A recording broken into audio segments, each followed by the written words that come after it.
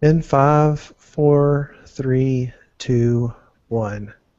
This week on Simulcast 236, we're talking about Google I/O, Uncarrier 5 and 6, Android L, and a bunch of other random stuff that we collected over the last 2 weeks. We'll talk about it all right here on the Simulcast. It is Wednesday, July 2nd. I'm Bill Stebbins, and you are listening to Simulcast 236. We have a super special guest today. Todd Wright is with us, all the way from Memphis. Hey guys, what's going on? Thanks for having me back. Thanks for joining us. Glad to have you here. Yeah, did I even mention to you, Patrick? I just figured. I like these kind of surprises. Sorry, I was like, hey, we should have a guest on this week.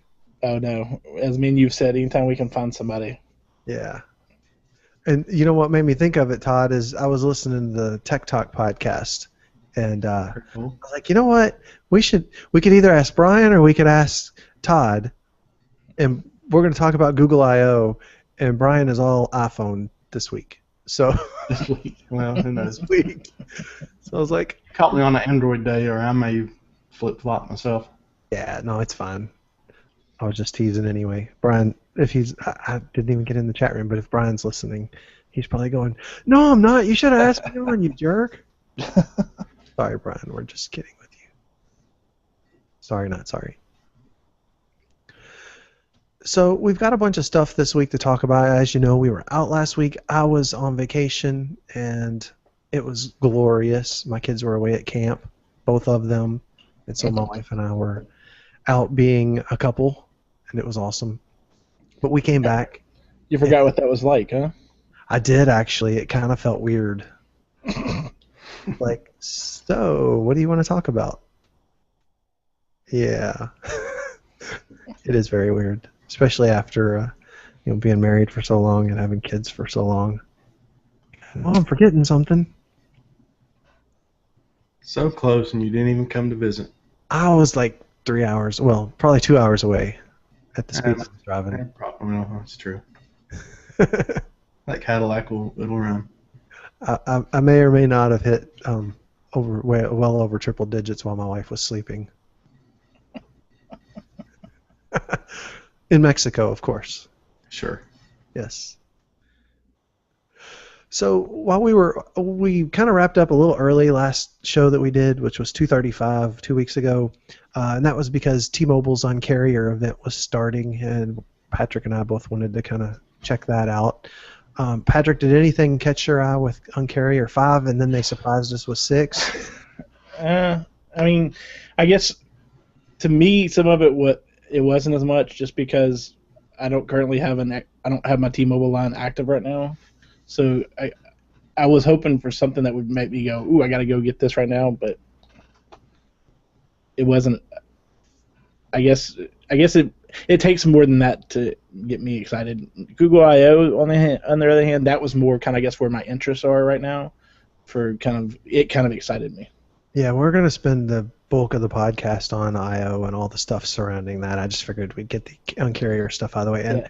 And it's terrible. I remember the second part, which was the unlimited music streaming service and them not counting it against your bandwidth. But I can't remember what the first part was. I can't either. As you said that, I'm trying to remember now too. Todd, remember? No way. I don't remember. I was trying to even pay attention.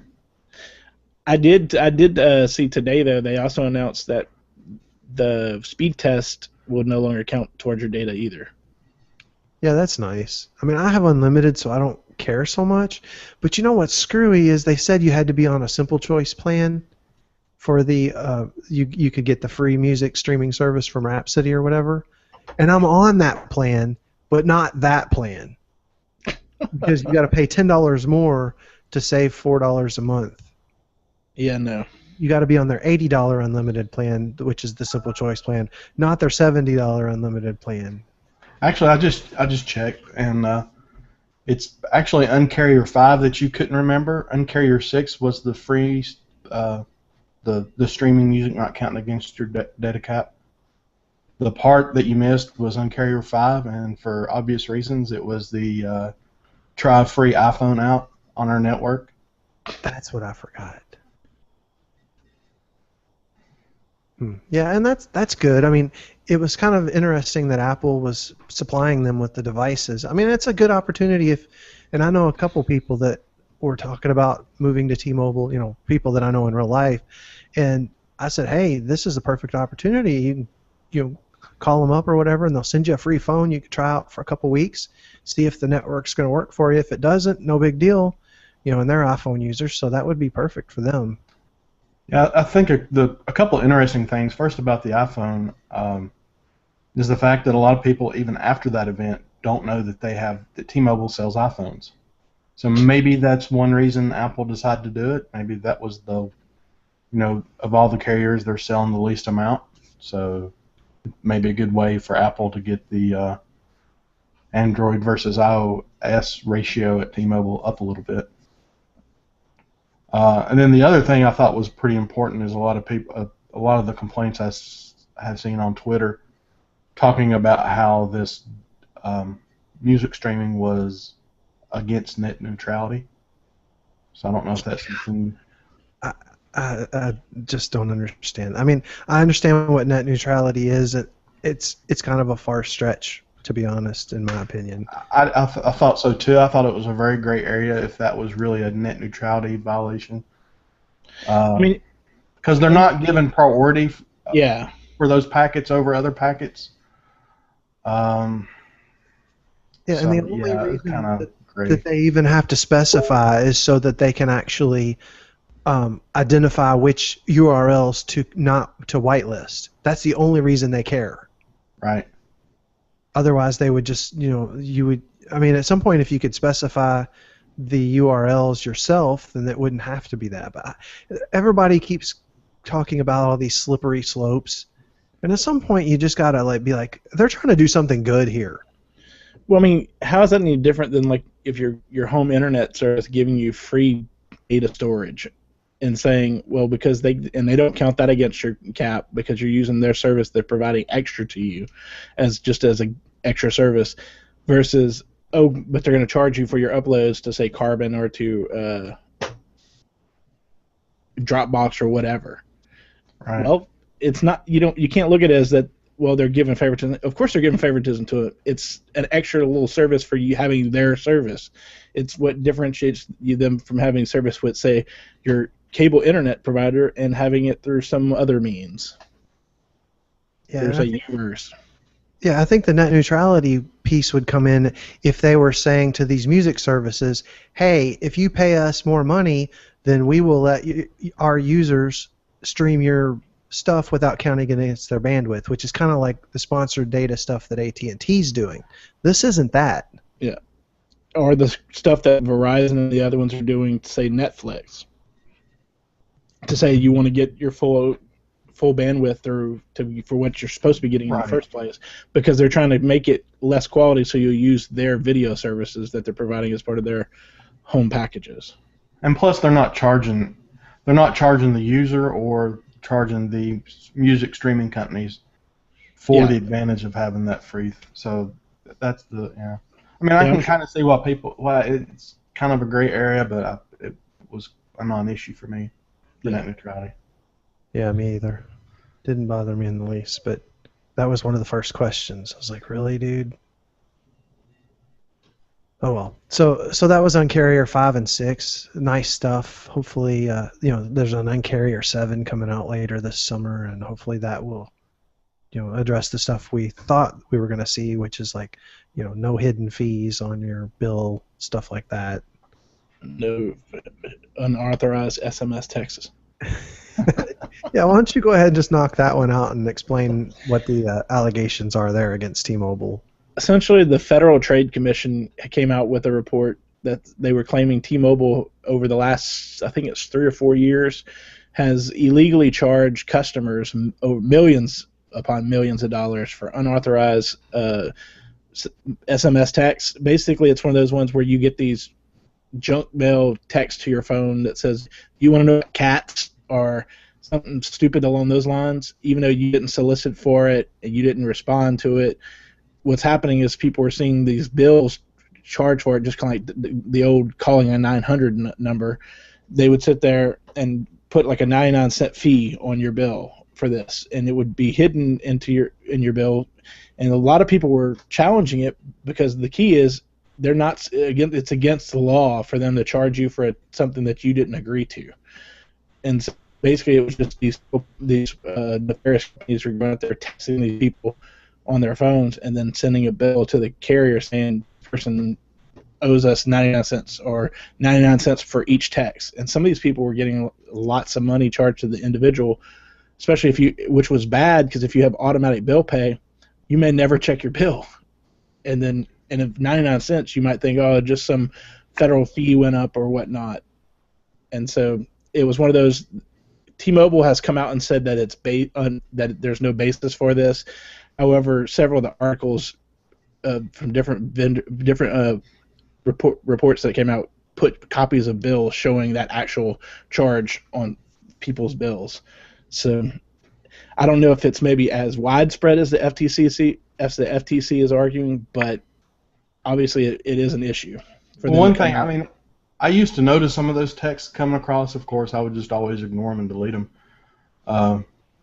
Text 5, 6, 7 for your free horoscope, and I think those are the kind of things, like you're saying, that would once you started subscribing, it would start charging you.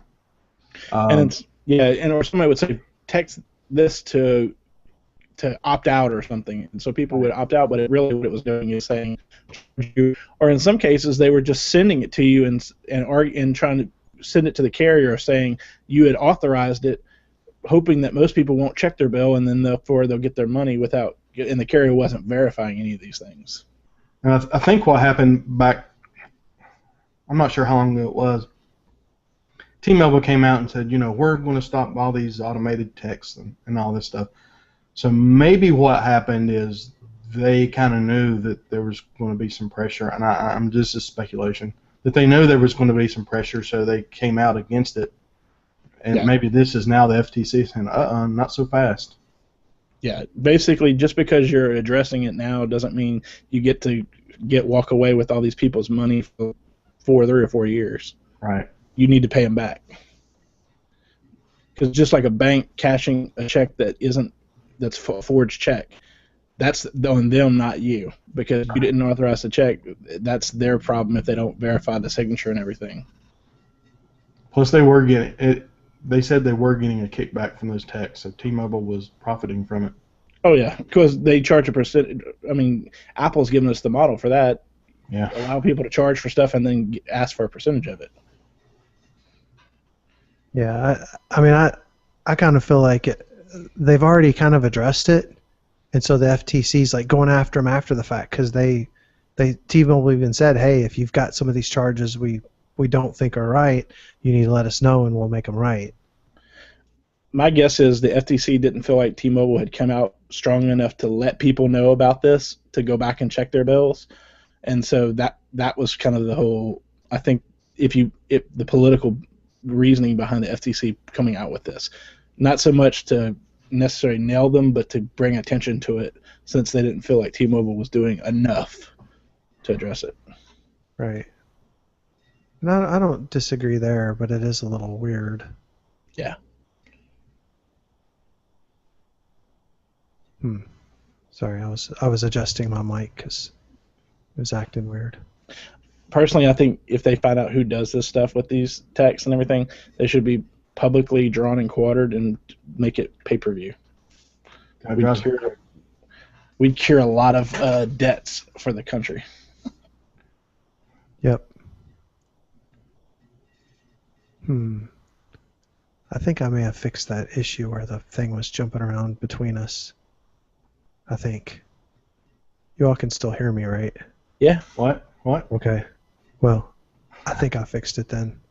If I didn't, then sorry. Okay, so let's see. Walmart is dropping prices on the iPhone 5C and 5S. That doesn't necessarily mean that there's a new one coming soon, but Walmart's always trying to lower the prices for their consumers, right? Yeah, and you got to figure they have a lot of stock getting rid of. So they have to start earlier than probably some other people. Very true. I mean, I think Plus, they probably figure it's a good time in the summer. People might be thinking about getting their kid a phone, especially if they have a teenager. They're getting ready for their first smartphone or whatnot. This is a great way to do it before school starts and everything like that. Yep. So I mean, it's pretty much them clearing out the inventory for the new ones. I mean, yeah, that's basically it's happened at least the last 2 years. You know, new phones in September and new Macs and whatnot in October. Or is it the other way around? I can't remember, but right. So nothing really major to see there, I don't think. If you've been waiting for it, finally you can get something cheap. It's still not the 99 cent like you used to see, but we'll see. That's right. So let's get on to the Google stuff. We had 3 really kind of exciting things at Google I/O, which was last Wednesday. Android Auto, Android Wear, and the Android L preview. So Android Wear is smartwatches, wearables, and I'm pretty excited about this as somebody who had the Galaxy Gear, realized it probably was a cool concept but wasn't quite what I needed. Todd, do you have a Galaxy Gear or something, don't you? I've got a Gear 2. Gear 2. So the wearable part was the Google Wear was probably my favorite thing of I/O, and it was also my most hated because I realized I had just bought a Gear 2 and there's no way they'll upgrade it. And from what I'm reading, there'll probably not be anything like on XDA developers either because the CPUs, I believe, are different. Uh-huh. For the Tenzin?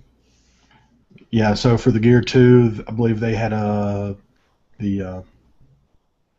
what is Samsung's chip? The Exynos. Yeah. Yeah. Yeah, and the Gear Live is a Qualcomm chip, a Snapdragon of some kind, maybe. Interesting. Yeah, I'm excited about it. You know, a lot of they've been releasing some new apps and whatnot for the Gear 2. But just even today, I've seen a lot of news items on like the Android blogs about all these people releasing Google Wear applications. I mean, Evernote has even released one. Well, I think the cool thing is that it's very extensible through the APIs they already provided, so you don't have to do a ton of programming to make it work. It's just a few lines of code in some cases.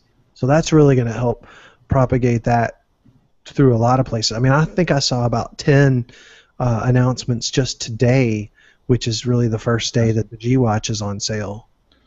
Yeah, but the one I'm waiting for is the 360. I wish they'd just kind of give us something. And me too. And I was on my way home from vacation last week. I had the keynote playing, and I was like, man, I need to get one of these watches, but I know I'm going to want the 360, so I hate to like get one and then turn around and sell it in a month or two. And my wife said, I'd kind of like to have one. Why don't you buy one and then you can give it to me when you upgrade? Yeah. I was like, I love you, woman.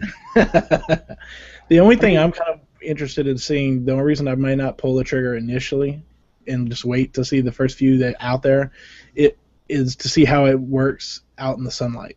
Because that's the only thing I'm worried about. I've heard bad reports about that.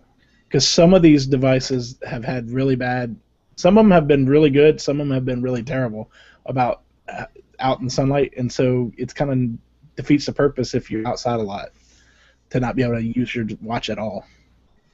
Very true.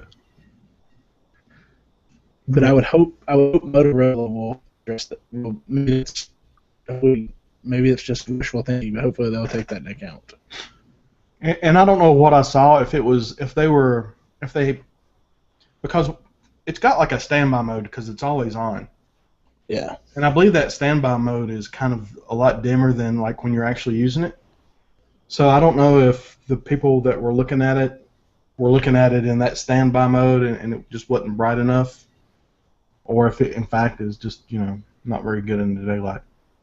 And the other consideration is it doesn't have an ambient light sensor. So if you go outside and you have the brightness on half, that's what you've got outside, and normally you crank it up. And I was kind of disappointed to hear that it didn't have that sensor, but I kind of understand why, because it would probably chew up the battery a bunch for it to keep adjusting. Yeah. So we'll see. Did you buy one, Todd, or order one? Not yet. I've been kind of teetering on it. I'm not kicking myself, but the G Watch ships tomorrow, and Gear Live, which is what I opted for, doesn't ship for another week, or like 5 days or something. And I'm like, I could have it 5 days sooner. It was only $30 more. And I'm like, the Gear Live just looked a lot better to me, and the fact that it had the AMOLED screen that was higher pixel density, and then it had the heart rate monitor for $30 less was kind of like a no-brainer. Yeah, the heart rate monitor is pretty nice. I don't know. I guess I'm still kind of a little bit burned by the fact that they released that Gear 2, and of course I got it for a good price, but that's still. I wonder if there's any market for them on Swappa right now. They've got that new wearables site on Swappa. I'll have to check that out. I've got some equipment I need to put on Swappa soon. So yeah, I would say you could sell it to Donnie too, but he's already got one, right? he does. He bought the Neo. Yeah. Yeah. So I'm excited about Wear. It looks more useful than the Pebble, and it looks more. It does more than the Gear and the Gear 2, and the fact that it works with pretty much any Android device with 4.3 or higher, and then the Play Services update. That seems a lot more useful to me. Yeah, although I say I think the reason why I'm looking forward to the 360 is because all the pictures of it and the things demonstration videos they've shown of it, it has one of the best functionalities I always liked about the Martian watches is that it actually looks like a nice watch. It doesn't just look like a big square TV on your wrist. Yeah, I'm with you, Patrick. I'm definitely buying the 360 when it comes out. I'm just one of those people that I gotta have, You like options. Yeah. When the new stuff comes out, you gotta have it. That's right. And if I lose $50 when I sell it or whatever, then so be it. That's the price I pay for being an early adopter. Well, because we usually make it up by buying the stuff from Jeff. Used to. I don't know. Jeff's list has kind of closed up shop, I think. Oh, I'm sure at some point it'll open back up. Just maybe different stuff. I think Todd's Gadget Emporium is getting ready to have a big sale, so Yeah, there you go. keep your eyes open on Twitter. Yeah, why don't you go ahead and buy a G3 so I can buy it off of you in a month or so. I had one ordered and I canceled my order today. Wow. I've got too many phones right now as it is. I've got to get rid of something. I have this many phones. That's it. That's all I got. That's all I got. Yep. That's the only phone that I own. That's my this. I mean, I still am rocking the Galaxy S5 for my main, but I've got stuff. I've got phones I haven't even used that are just. I've got the S5. I've got the Nexus 5. I've got a iPhone 5S, a Note 3, and an M8. My name is Todd, and I have problems. And I have a problem. Although, to be fair, Bill, your other device is technically running on a phone sim. Which other device? Your Nexus 7. Oh, yeah. I could make phone calls. Yeah. So, okay, here's my other non-phone phone. Yeah. Oh, yeah, I've got a Nexus 7 and an iPad Mini Retina as well. So. You got two tablets. I mean, what are you going to do? I've got. I was just looking the other day and I saw how many phones I had. I'm like, this is messed up. I've got to start getting rid of some of this stuff. But see, Bill, with Android Wear, he now has 2 open wrists. Wow. 360 Gear. No. I just have one. I still have the Gear 2. Well, for now. And then you got Google Glass. Eventually, will go consumer, and so then you have That ought to get interesting. Yeah, as much as I wanted the glass, now I'm just like, man, the Wear would be perfect because then I mean, I it's don't just the same thing, basically, yeah, as the watch. It's just, I think it would be a little bit neater to have the little heads up, but I do too, but I don't like people staring at me when I walk down the street. yeah. But see, you could be the one staring at other people. I could be. I could wink and then take pictures of them without them knowing. I wish I could find the picture I saw a couple of days ago. Somebody said that they had just released the new Google wearable. It was the Google Pocket Watch, and all somebody had done is tape a chain to a Nexus 5. Google wearable Pocket Watch. That's awesome. So also up was the Android Auto. I'm not sold on Android Auto yet. Android for your car. It looks cool. It's going to be a standalone thing that'll work in conjunction with your device. My issue is this technology is so quickly evolving that if you buy a car with this, what's it going to be like in 10 years? I mean, Yeah. are you just going to have a screen that you can't use? See, I'd rather see someone come out with car tech that would work with both iOS and Android, and just have the screen basically sync up now with, because you have Bluetooth 4.0 and NFC and all that stuff, with your phone, and just that way, like you said, you don't have a screen. Basically, let the screen be a proxy to the phone. Yes, that's exactly. That way, if something happens or you change platforms, you just get a different box. Yep. And Yeah, and I think the cool thing about CarPlay is I believe that's the way it basically works. Whereas the Google Auto might be more standalone.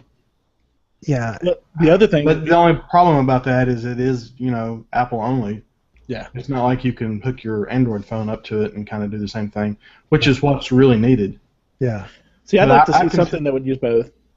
Yeah. And that take would- like forward sync type aspect where maybe it adds to that experience, so it ties in acts as a median between your car and your phone. But I mean, it makes more sense to use your phone because your phone is already a data connected device. You don't need to worry about having any other kind of thing to have data in your vehicle because your phone is already connected to mobile data. Well, Patrick, what I was getting ready to say is, I've had my Focus ST for about a year now. Mhm. And after using Sync for a year, man, I'm ready for anything. Well, we definitely need something that's device agnostic in the car, just because people get new phones all the time, and can you imagine? Well, I can't get a new phone because my old phone is the last one that'll work with this version of the software, and I need to get a new car in order to update. That's just going to be ridiculous. You just thought it was bad enough when phone manufacturers didn't update their devices. Yeah, the outcry will be. Oh, The one thing I can't understand, if you look at the list of what manufacturers are going to offer Google Auto, and then you look at the CarPlay list, there's a lot of those manufacturers that are overlapping. Mm-hmm. And I'm kind of curious how they're going to do that. I mean, will that be an option when you Probably. Factory option is my guess. It'd probably be different trims. One if you want this option, one if you want the other. the Google trim or the Apple trim?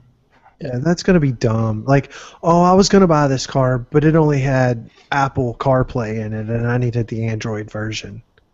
That's going to be stupid. They really do just need a dumb screen that has a port, like a standardized port, Yep. and you plug in whatever box you want, and then it works.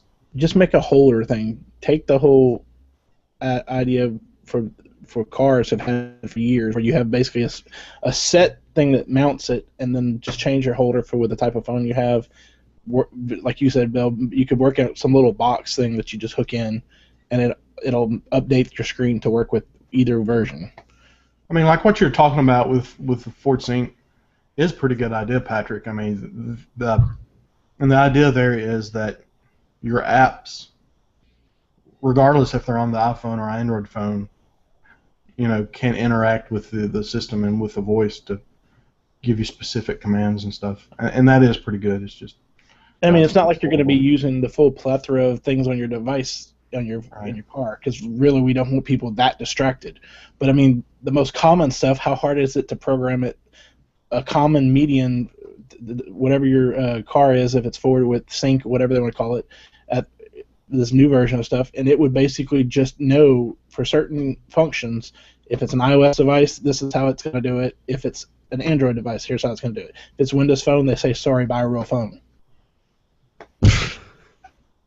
You're a jerk, Patrick. So if you have CarPlay and you're in a wreck and you use it to call for a wrecker, does Apple get 30% of the wrecker bill? Brilliant. That's the ultimate plan. Interesting. Yeah. All right, there go all of the conspiracy theories for the night. Or then you could also ask, what happens if you use it just like you use OnStar and you order takeout? Do they get it then too? I don't know. What if you use your Android Wear watch and you order pizza through Android Auto? Do they get 2/3 of the money?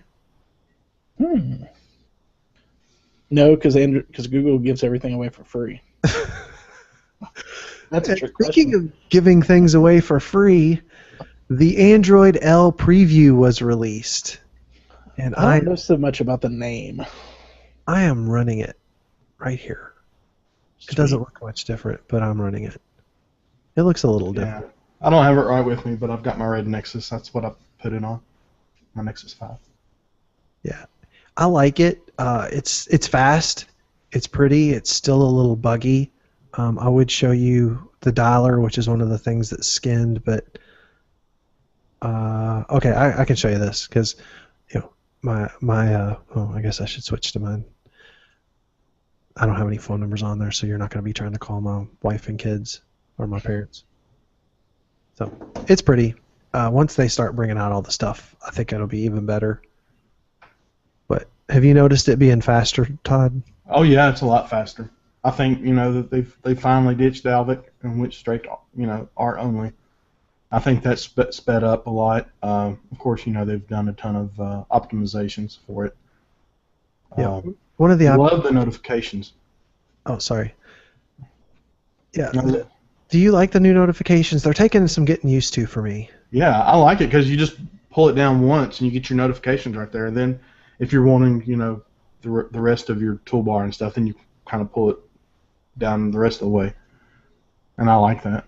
Yeah, it's like I said, it's taking some getting used to, but I think I'm gonna like it once they get it all done and prettied up and stuff. Yeah. Something else they optimized was battery life. Project Volta is their new project, and it's kind of cool the way they're doing that this time. They announced it and they have a preview, and so developers are going to be able to get their stuff together before release, which is different than the way they usually do it, which is here you go, here it's done, here's the source code. Have fun. Yeah, fix everything we broke, which was kind of a bad experience for consumers. And oh, by the way, if you're one of those people who is running the developer preview and you're bitching at developers for not updating their apps for the developer preview, just kill yourself. It's like what we like to call a self-inflicted wound. Yeah. I mean, it's like people are one-starring apps and emailing developers saying, "Hey, you need to fix this for the L preview." No, they don't. No. Not right now. They're working on the long term for the actual release. They don't care. Draft one of the preview. Yeah. Because no sane person runs that as their only phone. No, I certainly didn't. Sorry, I somehow kicked myself out. I have no idea what I did. All of a sudden, I was gone. That's and awesome. It's gone.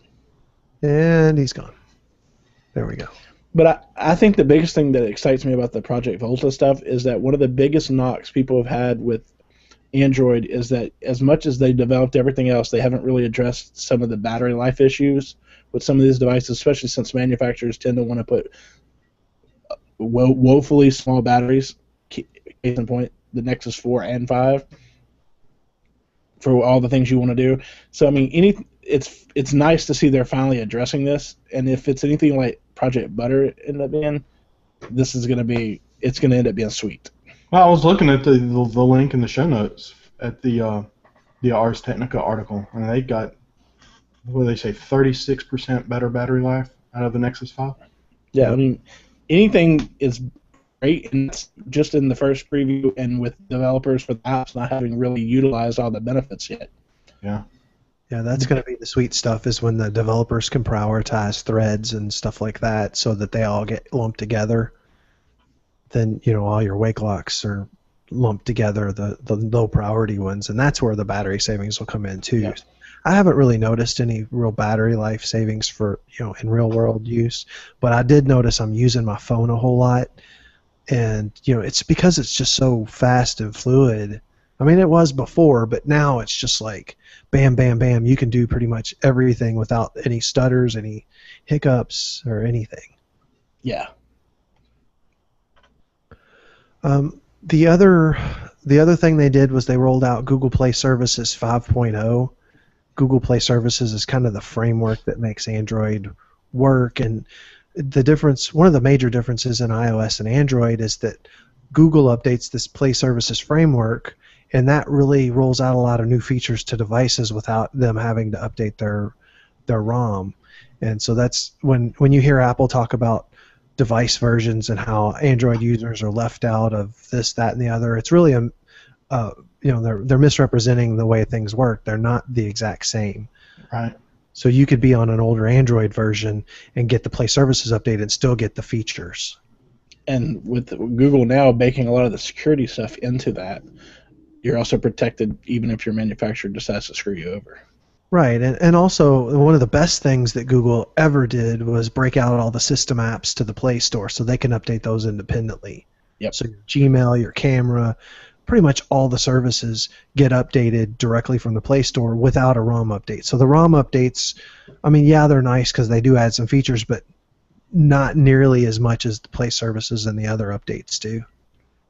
Basically, it keeps your phone from becoming completely antiquated. Right.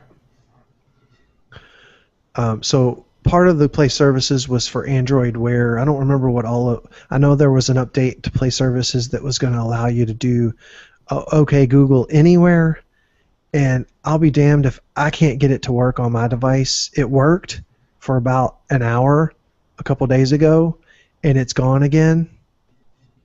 And it's gone. Yeah, it worked really cool when I had it, and then it's just not there. So it's enabled by account. So maybe I don't rank.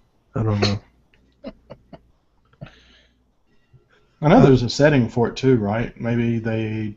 Yeah, but it's weird, Todd, because when I had it, the setting actually, you go into Google now and then settings, voice, OK Google detection, then it actually shows up there as, but it's like it checks the web and then it shows you the option. So I had the option to train it with my voice and everything and did that, and then later on it just went away. So the way that works, is it trained to a certain person's voice? It is optimized for that voice, yeah. I don't know if it's trained for it, so like it only recognizes you, or if it's actually like, just to make sure that it understands what you're saying. I don't know which it is. Because I mean, the one thing that I think is interesting is, part of the deal where Google sold Motorola to Lenovo, they got like cross patent licensing, so that the Motorola voice or the voice stuff, the way it works is it'll actually train to your voice. So if someone else says "Okay, Google," it won't work. So technically, Google could still use that, and Yeah. And that very well could be what they did. I didn't have it long enough to really try it out with anybody else. Hopefully that would be cool. Yeah. Let's see. The Chromecast update with the device mirroring, cool. Wi-fi-less casting. It's not quite Wi-fi-less casting as they first kind of described it. The Chromecast still has to be on a Wi-Fi network. The difference is that the host device that's controlling it doesn't have to be on the same Wi-Fi network. And so the way it'll work is the Chromecast will generate a ultrasonic tone on whatever TV it's hooked up on, and the phone will hear that. And I don't know, there's some magic behind it, but you'll still need to. So like originally, I thought when I go to a hotel, well, I won't need the Chromecast on Wi-Fi. Well, that's not actually the case. I was mistaken. Still cool stuff. Yeah. Let's see. LG G3 is coming to the T-Mobile store on July 16th. Pre-orders are open or canceled, Todd, if you've already canceled yours. And thinking about reordering, I just can't make up my mind if I want to. And basically, I just can't make up my mind if I want to keep this S5 as my primary or not. I read some stuff on Twitter today that the screen was not very impressive for what it should have been. I've heard both. Battery life wasn't all that great. I've heard that. I don't know that I can get past the skinning on it. If there's a Play Store version, I may bite, but we'll see. Then let's see. Google announced Drive for Work campaign, unlimited storage for $10 per person per month. No, Patrick, do I get that? No, it's for work stuff, right? They're Google Apps customers. It's basically, for the business accounts, and there's a caveat: if you go to the website for it, you have to have at least 5 users, otherwise it's limited to terabyte. If you have 5 or more, then it's unlimited. But yeah, it's set for business, like business app users. Okay. Although, I mean, it's a great idea though to get some of these small companies that might want to, especially if they're doing a lot of, they don't necessarily have a formal office, but they want to make sure everybody has access to all the same files. I mean, it's a great idea to try to get these people in, especially considering how much Dropbox charges for a lot less storage for their group rates for businesses. Definitely. Yeah, that would be good. All right, and then Google Hangouts video calls in Chrome are soon going to no longer need a separate plugin, which I assume means they're going to build that into the Chrome browser. Yes. It's currently the beta preview stuff already has it in, and so it's probably not long before once the new Chrome comes out, it should have it built in, which is great because if you're like me in the past, you've opened up your system resources and found that plugin using like 3/4 of your computer power. Well, I'm on the beta here. I wonder if this is updated. Because maybe that's why I was having problems when I initially tried to launch it. I told you I had the spinning beach ball of death. The beach ball. Beach ball. You Mac users. And let's see, the S5 Mini, about the same, smaller and slower. And that's so sad that they dumbed down the specs on those phones. Because I know a lot of people that would love a smaller phone like that, but they say, well, it's just not quite as, it's not really the same thing. Yeah, I mean, I remember 4.7 to 5 inches is kind of the sweet spot for a lot of people on their phones. Yeah. And nobody seems to want to make a flagship that is that size. I don't know if they just can't cram everything in now because, they're trying to put these huge batteries in and all that stuff. It's kind of crazy. iOS to the rescue. Yeah, we'll see how that works. For Motorola, I still think the Moto X is one of the best phones out there. There was one thing that stopped me from getting one of those. Well, 2 things. One was the screen. The other was the lack of NFC, or not NFC, wireless charging. Mm-hmm. And those 2 things, I mean, I just can't give those up. Yeah, I had one for a while, and I think I just got a bad one. It was, you can actually push the back of it and feel like some adhesive tape, how it was, sticking. Yeah. But I mean, the time I had it, it was a great phone. I thought about getting another one, but at this point in time, I'd be stupid to buy Moto X when a X+1 or whatever you're going to call it is probably on the horizon. Not the 1+1, the X+1. Right, the Moto X, the new Moto X, the one they will release when they release the watch. Right. Oh, and we didn't mention this, but the Asus is rumored to be making a $99 Android Wear smartwatch. I bet that will be a quality piece. I mean, they have done pretty good on the tablet side. That's true. And It'll feel like it's fake 99 leather. bucks. Well, I'm sorry. What'd you say, Todd? I said that's 99 bucks. Yeah. It's not supposed to be. Yeah. Let's see. All right, this is the point of the show where I tell you where to find us. Google Plus. We are google.com/plus the Simulcast. We are on Twitter @the Simulcast. You can email us podcast@thesimulcast.com, or you can leave us a voicemail at 203-903-CAST. That ancient technology that's only slightly still more useful than the fax. That's right. But we still have it out there just in case. Hey, we have people listening to us on Stitcher, so I mean... All right, so let's move on to Cast. Did I get everything? Oh, I didn't. You all are supposed to stop me. HTC rumored tablet, the Volantis. I just have to. I'm going to put it out there that whoever came up with the naming is probably a Game of Thrones fan. Flounder. I keep thinking about what's the old car? Is it a Dodge or not a Ford? The Volare? Volare, yes. See, that's what I thought of too, and. Yeah, because Volantis is totally a city in Game of Thrones. Oh, okay. I did not know that because I don't watch Game of Thrones. You need to rectify that. Yeah. But the Volantis is rumored to be an 8.9-inch 4:3 aspect ratio tablet from HTC that is aluminum and with boom sound. And if you squint just right on one of the things that Google had put out at I/O that showed material design stuff, it kind of looks like that. There's a tablet, a phone, and a Chromebook. The Chromebook looks like a real one. The phone looks like an Nexus 5. We don't know what that tablet is, but that's kind of what it's rumored to be. And what's going to be interesting is if with the 4.3 aspects, you figure Apple's going to sue for a tablet with a 4.3. With a 4.3? Same size too. In full size iPad 8.9. It's not exact. The mini. No, the mini is was it 8? Or is it full size iPad maybe 9 point something?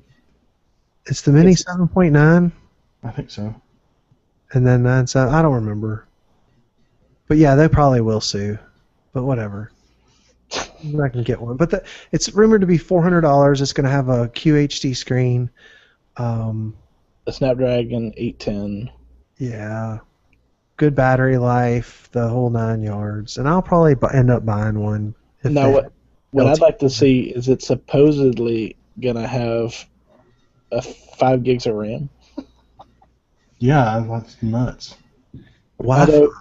Although right now, when I was looking at the thing, it says it's being tested with the 810, but it most likely will release with the Tegra K1 because what I would want. Because it's a 64-bit, which you'd have to have if you're going to run 5 gigs of RAM.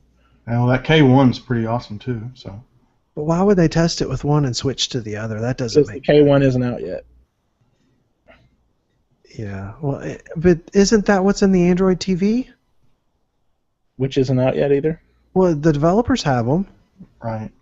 Yeah, I know NVIDIA said they're not supposed to have them out. The first, I guess, mass-produced batch isn't supposed to be out until later this year. It just seems like it would be kind of... That's like testing a car with a different motor and then, we're going to put a different motor in it when we release it. We're just testing it. We're testing it with a V6 and we're going to put a V8. Right. How does that work? I don't know. That's why I'm not in device hardware manufacturing. I don't know why they would want to put 5 gigs of RAM unless it's got some, future-proof maybe?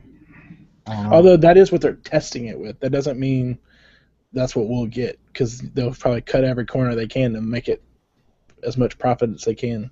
Yeah, it seems like that sounds like more like a development machine with that much. Because there's been rumors of Xbox Ones that had a bunch of RAM and all this stuff. That was really just for development or test mules and not necessarily the final product either. Yeah, I figure we'll probably get 3 gigs Although with the 64, you might see an actual 4 gig, because then it would actually be able to use the full 4. It can't be 5 because that's an odd number, and that kind of makes me twitch. Well, 3 is an odd number. But Yeah, I guess it's a 2 and a 1. 3 kind of makes me twitch too, actually. If you got a Samsung device, you need it for all the bloat. Yeah, that's true. All right, so we'll move on to casting couch. And while I was on vacation, I actually got to watch some movies, if you can believe that. Someone's been watching Showbox. Yes, thank you, Showbox. I must say, because I've been looking at every one of these on there. They're in my They're list to all pretty watch. darn good. See, I don't know Showbox, so I'll have to check that out.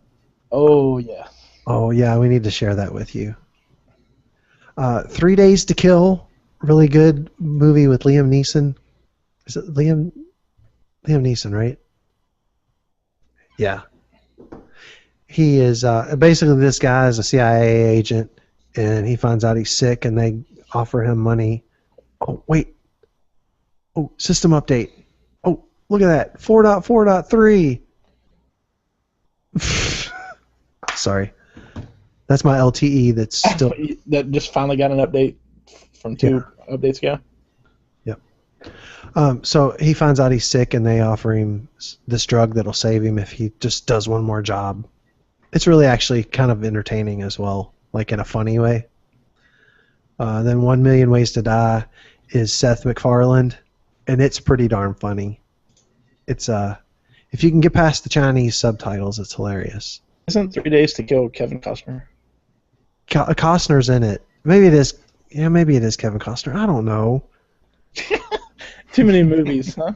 Yeah, I mean, I think you're just thinking back of ex-CIA, I will find you and I will kill you. right. Yeah. And then the last movie we watched was Blended. That has Drew Barrymore and Adam Sandler. And it's not quite the same as 50 First Dates, but... Close. Was it? Is it good? I was going to watch it, but it's actually pretty funny. Yeah, I enjoyed it. Okay. Yeah. I mean, and, the price of admission was pretty good, so... Yeah. Perfect admission price. Yeah. So what did you watch while we were off, Patrick? Using the same thing, I finally watched X-Men: Days of Future Past, which also had nice, interesting Chinese subtitles. As well as I finally finished the first season. I don't know why I never sat there and watched it. Maybe because I don't watch CW, but Arrow, which is, for those who don't know, it's basically based on the DC comic book hero Green Arrow. I finally finished first season, and I was worried because I thought I was going to have to wait for season 2, and then I happened to notice that Showbox has all of season 2. Yeah, Showbox. We need to hook Todd up. Yeah, I was just looking that up. Yeah, we can hook you up. I have the APK. All right, Todd. How about you this week? Well, you mentioned Showbox. I was using a similar app called Popcorn Time Mm-hmm.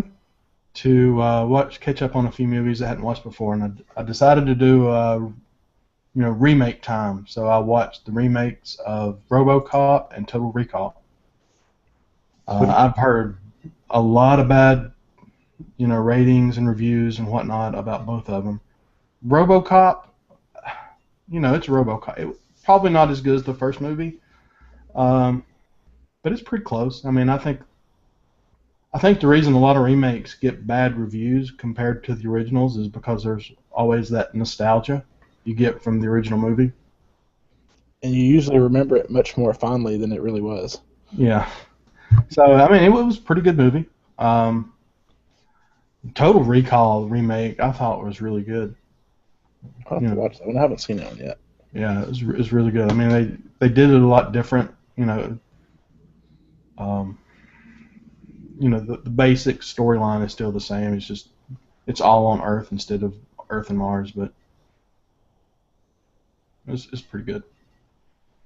Yeah, I need to watch both. I have both of them and haven't had time to watch them. And Game of Thrones, I kind of did a monster marathon with that a few weeks back. So cool. All right, well, we'll move on to picks of the week. My pick this week is an app that continues to be my favorite, one of my favorite apps and most used apps, and that is Pushbullet. And this week they have updated Pushbullet to include support on Windows to push files from a right click. So if there's a picture or whatever you want to send to one of your devices, right click, send to Pushbullet. Boom. And that's one of my favorite apps too. It's like one of the very first ones I install anytime I have to reload an Android device or I buy a new one. Yep. Which is quite current. Yep. So definitely check that out if you don't already have it. It's free, which hopefully those guys can make some money because they deserve it. And it's really lightweight, and you can share files with friends. Hell, I should use Pushbullet to push it to you, Todd. I've got Showbox right here. You can do that. I might do that. Okay, cool. What do you have this week, Patrick? It's called if then this, if this then that. It's pretty cool. They now have the Android app for it. It's pretty cool because you can basically set triggers and then what they call channels, which certain apps or devices, they even have things for like your Nest and things of those sorts where basically you can set location, time-based triggers. You get new pictures that you take on, say, Instagram. You can have it automatically, anytime you take a picture on Instagram, automatically update and save it to Dropbox or email something out. It's pretty cool because it's what they call recipes. You set a trigger and then tell it what to do if that trigger happens. And they're slowly adding more and more support for what they call channels for different apps and devices. You can even do ones where if your phone, if you have it set with a location-based reminder, as soon as you get home, you can have it set with like the Wemo lights and everything. You can have it turn your lights on as soon as your phone gets there. So it's pretty cool. It has potential and it's ever evolving. And what's pretty cool is once you sign up for it, they send out emails and everything where they'll let you know about other cool recipes people come up with, like to do certain functions. And so it's a good little automation app. That's pretty simple to do. Yeah, there is a lot of good integration with that. I know there's actually some integration with if this then that with Pushbullet. So that's something you might want to look at, Bill. Oh, cool. Yeah. I actually have a couple set up for my Nest. So when it goes to away mode, it sends me a Pushbullet update. They have a great channel for that. And a couple other ones. Yeah. Yeah, especially now that we're starting to see more and more devices be Wi-Fi connected and stuff, it has really good future potential as well for that. My other pick would happen to be the U.S. Supreme Court actually getting something right for a change and ruling that our cell phones we have a right of privacy, and that if anybody wants to access it, they have to go get an actual warrant, which is nice. Awesome. So no more troopers sitting there looking through your phone just because they stopped you for speeding. Yep. Yeah, they definitely need that fixed. Todd? My app is Lifetime Alarm Clock. It is probably the best alarm clock app that I have ever seen on Android or iOS. You can set an alarm. When you set your alarm, You're a dick. What? You're a dick. I just saw What? in the show notes Todd has Oh. a reminder app to remind Bill he has picked Pushbullet 3 times before. It's that good, man. I know. The reason I did that, I was looking. I thought I had used it as a recommendation once when I was on here, or maybe even when I was on iOS Docked or something. So I did the search feature on the Simulcast.com to see if I had recommended it, and it came up 3 episodes, and they were all 3 Bill. So Yeah. I control him a little bit. Sorry, go ahead. No. But it's really cool because you can set your alarm, and then when you're setting the alarm, you can have it basically what I would consider like a pre-alarm, as like a soft, something soft that can kind of slowly wake you up, and then the regular alarm will hit, and it can be loud and just blaring. And then the cool thing about it is have you ever played the match tile game where you have to flip over certain tiles and match them up. Yep. So to Memory? actually turn the alarm off, it'll go to this screen of this grid, and it will reveal 3 of the tiles of basically, I don't know, maybe 12 or 18 or however many you want to pick. And then you have to remember which 3, and you have to do that 3 different times in order for the alarm to cut off. So it kind of forces you to kind of wake up and pay attention in order to shut it off. Nice. But the UI is really nice, and I believe it's even a free app. So it's The anti-snooze button. It is an anti-snooze button. Absolutely. Very cool. Well, Todd, tell people where they can find you when you're not hanging out with us. Best place to find me is Todd W on Twitter. I'm on Google Plus as well. I believe there I am just Todd Wright. Right. And Todd is also on the Tech Talk podcast. We have a new one coming up this Monday. So episode 3 is coming out soon. Give that a listen if you haven't already. Our buddy Clay Russell is on there. Brian Feldhouse was on there. Joe Lombardo is on there. Donnie's on there. It's like a who's who in podcasting besides us. It's a lot of fun. A lot of fun. And no garbage. That's one of the reasons I listen to that show, because there is no garbage. Patrick, where can they find you without garbage? You can find me on Twitter, handle at LSULaw2009. You can find everything else at plus.technicallylegal.net. And, of course, you can email me at patrick@thesimulcast.com. All right. And I am Bill Stebbins, at Bill Stebbins on Twitter. Google.com/plus Bill Stebbins for all my other social media information. That's going to do it for Simulcast 236 for Wednesday, July 2nd. We should be back next week. Maybe we'll have another surprise guest. Maybe not, but Patrick and I should be here in the very least. And in the meantime, send us your thoughts, comments, questions, or if you want to hassle me because I've picked push bullet 3 times, that's fine too. Otherwise, we will talk to you guys next week. Thanks for watching and listening. Good night.